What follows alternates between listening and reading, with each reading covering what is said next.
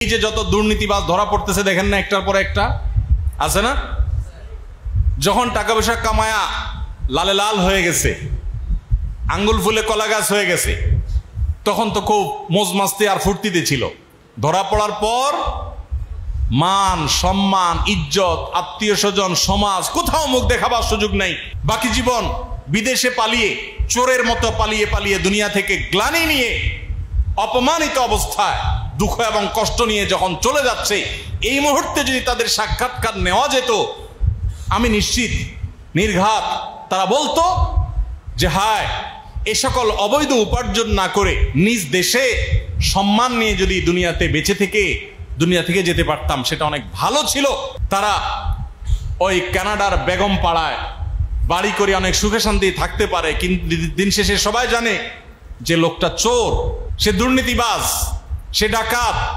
এই গ্লানি নিয়ে তার ছেলে মেয়ে তার পরিবার মরণ পর্যন্ত ধুকতে ধুকতে মরবে এবং যাবে। ওই যে চুলকানির সময় মজা ছিল, চুলকানি শেষ হওয়ার পরে জ্বালা শুরু। এই জন্য ভাই, হারাম বর্জন করব, বর্জন করতে কষ্ট হলেও হারামে যাব না, যদিও আরাম হয় সেখানে। মনে থাকবে তো ইনশাল্লাহ। যতজন বিবাহ বহির্ভূত অবৈধ সম্পর্ক জড়িয়ে যাচ্ছেন, আরাম বা মজা হয়তো পাচ্ছেন, কিন্তু মনে রাখবেন চুলকানির পরবর্তী যে জ্বালা, এটাও আপনার জীবনে শুরু হবে, অপেক্ষায় থাকে। আর কিছু লোক আছে চুলকানি শুরু হলে তারা চুলকায় না। তারা কি করে না? চুলকায় না। তারা একটু হালকা ডলে ডলে কোন রকম জ্বালাটারে থামায় রাখে। এদের কি পরে জ্বালা পোড়া হয়? হয় না। এই জন্য ভাই, হারাম হারাম করার স্বাদ তো জীবনে বহু দেখেছেন। হারাম থেকে বেঁচে থাকার কষ্ট আছে, কিন্তু কষ্টের পরে যে স্বাদ আছে সেটা অনুভব করার চেষ্টা করেন। সবচেয়ে বড় স্বাদ শুরু হবে মৃত্যুর পর, অনন্তকাল পর্যন্ত সেটা চলতে থাকবে। আল্লাহ রাব্বুল আলামিন আমাদের সবাইকে ইবাদতের স্বাদ, হারাম বর্জন করার স্বাদ আস্বাদন করার তৌফিক দান করুন। গোটা পৃথিবীর মানুষ যদি অপরাধের স্রোতে গা ভাসাতে থাকে, আল্লাহ আমাদেরকে স্রোতের বিপরীতে চলার তৌফিক দান করুন। হিজরতের শিক্ষা আমাদের জীবনের পদে পদে ধারণ করার তৌফিক দান করুন। মনে থাকবে তো ইনশাআল্লাহ ভাই।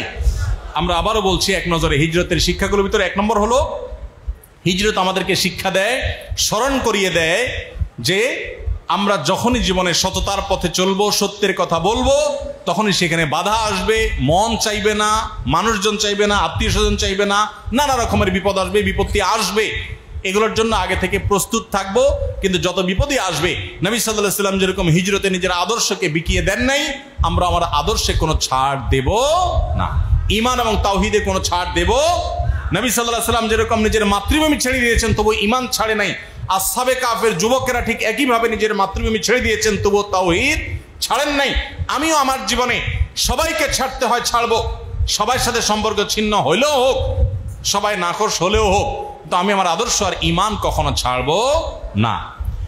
হিজরত আমাদেরকে শিক্ষা দেয়, জীবনে যত বিপদই আসুক না কেন, সে বিপদ চিরকাল প্রলম্বিত হয় না, খুব অল্প সময়ের মধ্যেই সেটা দূর হয়ে যায়। রাতের অন্ধকার, রাতের গভীরতা, অন্ধকার যত বাড়তে থাকে, সকালের আলো তত নিকটবর্তী হতে থাকে।